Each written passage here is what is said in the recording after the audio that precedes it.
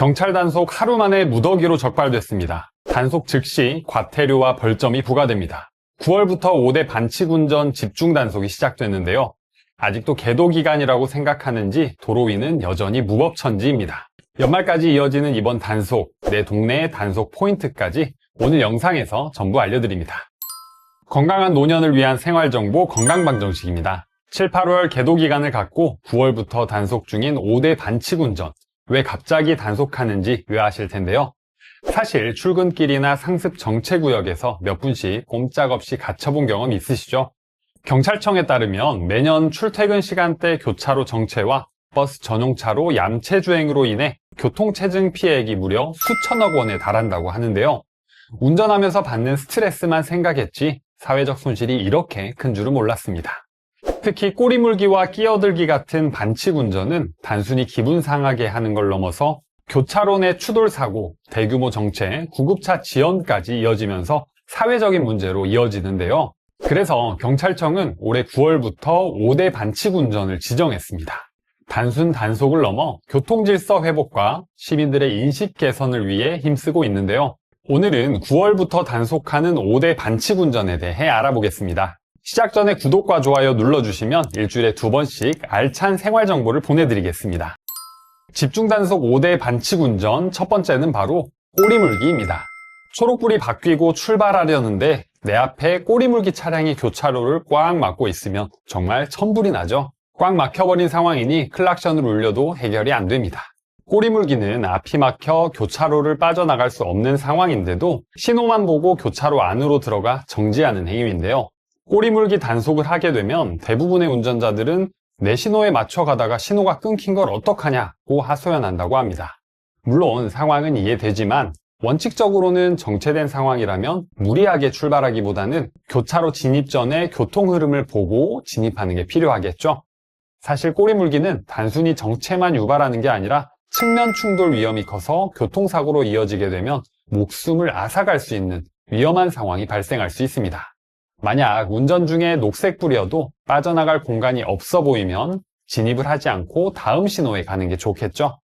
두 번째로는 끼어들기 위반입니다. 사실 끼어들기 위반은 상습 지역이 뚜렷합니다. 고속도로나 순환도로 진입을 위한 IC 앞에서 많이 발생하는데요. 길게 줄지어선 도로, 뒤에서부터 차근차근 순서대로 들어갑니다. 그런데 얌체처럼 출입구 직전에서 끼어들기 하는 차량들을 보면 정말 화가 나죠? 그런데 끼어들기 위반 단속을 하는 경우에 많은 운전자들이 초행길이어서 어쩔 수 없다는 이야기를 많이 한다고 합니다. 이런 부분을 보완하기 위해서 내비회사에서 끼어들기 상습 지역에서는 미리 안내를 하게끔 시스템을 만들어주는 것도 좋을 것 같네요. 그런데 개인적으로 끼어들기 위반만큼은 정말 확실하게 단속해야 한다고 생각하는데요. 우리가 운전을 하면 앞에 있는 차를 기준으로 전방거리에 여유를 둡니다. 그런데 이때 예측 불가능하게 끼어드는 경우 급제동을 유발하고 후방 추돌 사고로 이어지게 되는데요. 앞에서 차가 급하게 끼어들어 급브레이크 밟으며 욕해본 적 한 번쯤은 있으시죠? 앞으로는 정체 구간에서는 미리 차로를 변경해서 안전하게 운전하셨으면 좋겠습니다. 세 번째로는 새치기 불법 유턴입니다. 이 부분 의외로 잘 모르는 분들 많으신데요. 우리가 유턴 지점에서 대기하다 신호에 맞춰 유턴을 할 때 대기 순서를 무시하고 뒷차인데도 먼저 회전하는 경우가 있습니다. 이럴 때는 새치기 유턴에 해당하는데요. 이런 새치기 유턴이 의외로 사고를 유발하는 경우가 많습니다. 그리고 유턴 신호는 도로마다 다르다는 사실 알고 계시죠? 좌회전 신호일 때만 유턴 가능한 경우, 빨간불일 때만 유턴 가능한 경우, 유턴 신호가 있는 경우. 그런데 만약 좌회전 신호일 때만 가능한 도로에서 빨간불인데 차가 없다고 유턴을 하게 되면 이때도 신호 위반 유턴에 해당됩니다. 그렇기 때문에 항상 그 도로에서의 유턴 신호를 표지판으로 잘 확인하고 운전하시는 게 좋겠죠. 앞차가 너무 느려서 답답하다고 뒤에서 먼저 유턴을 하다간 사고 유발자가 될 수 있으니까 조심하세요. 네 번째로는 버스 전용차로 위반입니다. 버스 전용차로는 대중교통, 승합차의 원활한 주행을 위한 전용차로입니다. 일반 승용차는 어떤 이유로도 진입해서는 안 되는데요. 또한 승합차도 6명 이상이 탑승해야 버스 전용차로를 이용할 수 있습니다. 고속도로뿐만 아니라 도심 내 버스 전용 차로도 주의하셔야 합니다. 출퇴근 시간에 버스 전용 차로를 운영하는 도로들이 많은데요. 이 또한 지키지 않으면 단속 대상이 될 수 있습니다. 버스 전용 차로 위반의 경우 위반 시 벌점이 정말 큰데요. 그 이유는 사고가 나면 정말 대형 사고로 이어지기 때문입니다. 버스 주행차로에서 충분히 속도를 내서 달리고 있는 버스가 있는데 그 앞에 갑자기 끼어들게 된다면 버스는 속도를 줄이기에는 전방거리가 모자라 강하게 추돌하게 됩니다. 이때 대부분 빠른 속도로 운행 중이다 보니 사고가 나면 거의 인명사고까지 이어지는데요.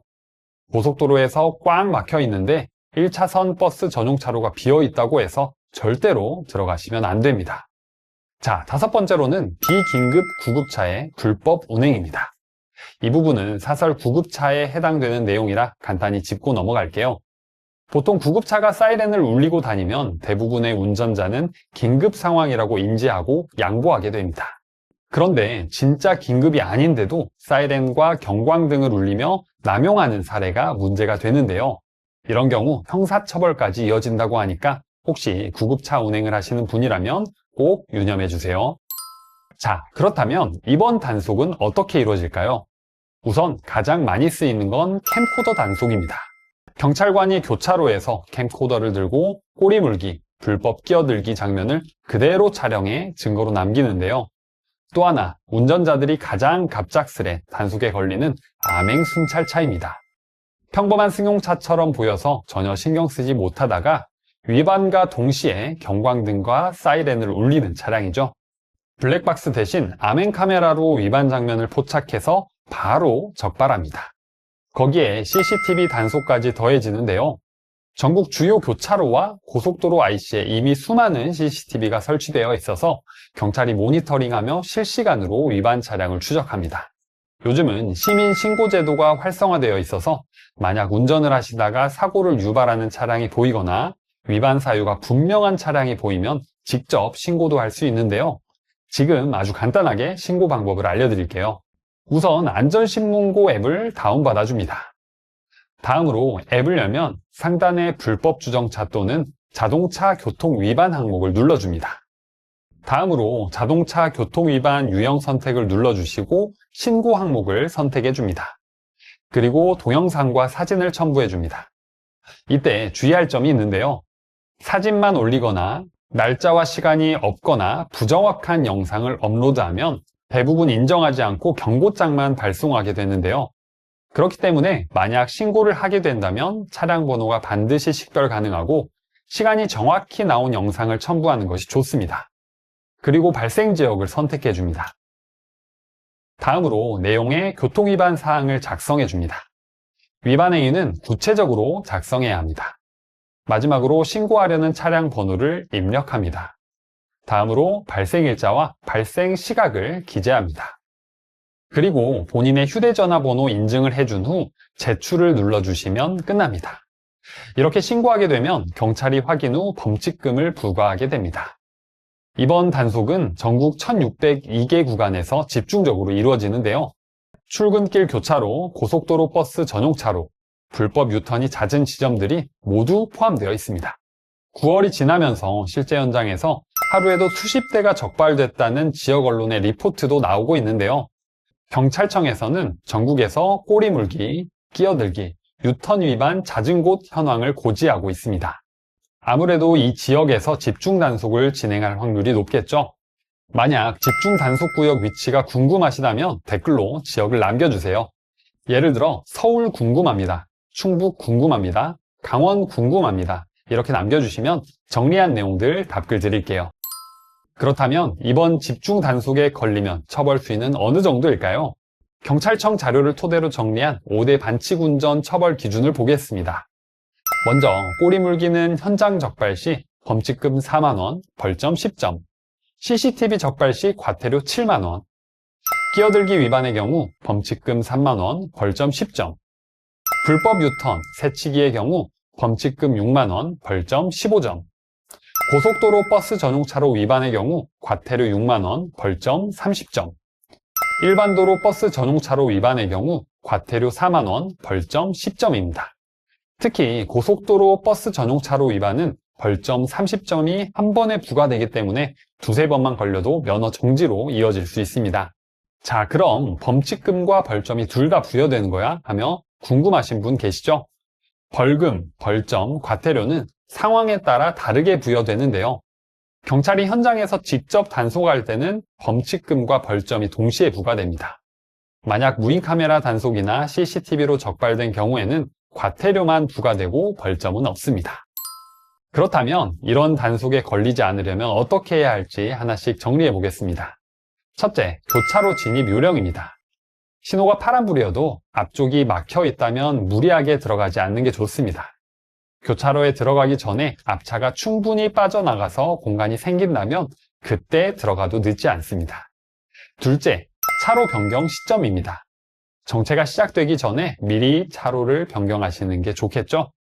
점선 구간이면 약간 막히더라도 끼어들어도 괜찮다고 오해하는 분들이 많습니다. 정체 상태에서는 점선이라도 무리한 끼어들기 자체가 위반 사유입니다.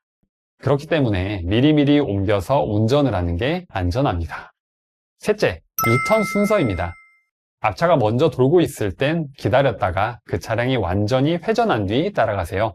앞차가 너무 느리다고 옆으로 먼저 비집고 나가는 순간 바로 불법 새치기 유턴이 됩니다. 지금까지 5대 반칙 운전에 대해 쭉 알아봤는데요. 저는 개인적으로 이런 5대 반칙 운전을 단속하는 것도 좋지만 몇 가지는 더 강력히 단속했으면 하는 것들이 있는데요. 운전하시는 분들은 200% 공감하실 거라고 믿습니다. 첫 번째로 무단횡단 단속입니다. 운전하다 보면 무단횡단하는 보행자들 보고 정말 아찔한 경험 많으시죠? 차량 대 차량으로 눈썹 찌푸리는 경우도 있지만 그보다도 개념 없고 위험하게 무단횡단하는 사람들도 강력한 단속이 필요하다고 생각하시는 분들이 많습니다. 도로교통법에 따르면 횡단보도가 없는 곳에서는 3만 원, 횡단보도가 있는 곳에서는 2만 원의 범칙금이 부과되는데요.